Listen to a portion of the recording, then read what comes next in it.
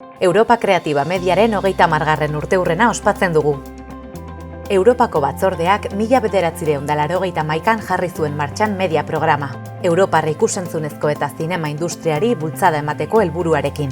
Ekoizpenak garatzeko, sustatzeko eta Europan zein nazioartean zabaltzeko laguntzak banatzen ditu orduz geroztik. 3 hamarkada hauetan 2600 milioi euro inbertitu dira Europar sektorean. Europa Kreatiba Desk Media Euskadi bulegoaren babesari esker, asko izan dira Euskal Herrian garatu eta nazioartera hedatu ahal izan diren proiektuak. Zehazki, azken hamarkadan 1.287.000 euro bideratu ditugu ikusentzunezkoen garapenera. Babes ekonomiko horri esker, 30 proiektutik gora garatu ahal izan dira Euskadin.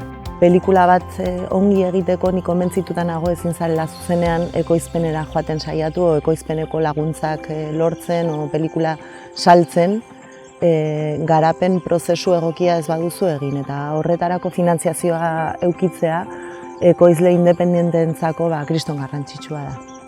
Europa Creativa es una financiación muy importante que se destina al desarrollo, que creo que es una de las áreas donde más hace falta invertir, dedicar tiempo y recursos. Luego también es un sello de calidad porque de alguna manera demuestra que hay unos proyectos que tienen determinada valía y eso te ayuda en otros momentos. Yo creo que es interesante que sigan apostando por esta ayuda a la financiación de proyectos europeos y quizás pongan más dinero en ello por lo importante que es y porque es verdad que en los últimos años cada vez hay menos proyectos españoles que consiguen esta ayuda. Tiene una cosa muy positiva, que ya te pone como foco el plan de difusión y de promoción de tu proyecto. A mí como productora, de hecho es la primera pregunta que me sale cada vez que me llega, ¿no?, una idea, una propuesta creativa, es ¿esto quién lo va a ver? ¿Dónde?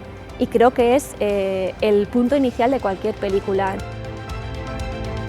Europa Kreatiba Desk Media Euskadin hizkuntza eta kultura aniztasuna, kultur ondarea eta sormena bultzatzeko lanean jarraituko dugu. Europako ikusentzunezko eta zinema sektorea indartzeari esker eta mugaz gaindiko kooperazioan oinarrituz, erronka berriei aurre egiteko gai izango gara. Hau da, digitalizazioa, banaketa estrategien hobekuntza eta merkatu globalean handituz doan lehiakortasuna. Ikusentzunezko ekoizpenek eraldatu egiten gaituzte, bizikidetza hobetzen eta geure buruaren ezagutzan sakontzen laguntzen baitigute. 30 urte bete ditugu sektore honen aldelanean, eta oraindik istorio asko ditugu kontatzeke.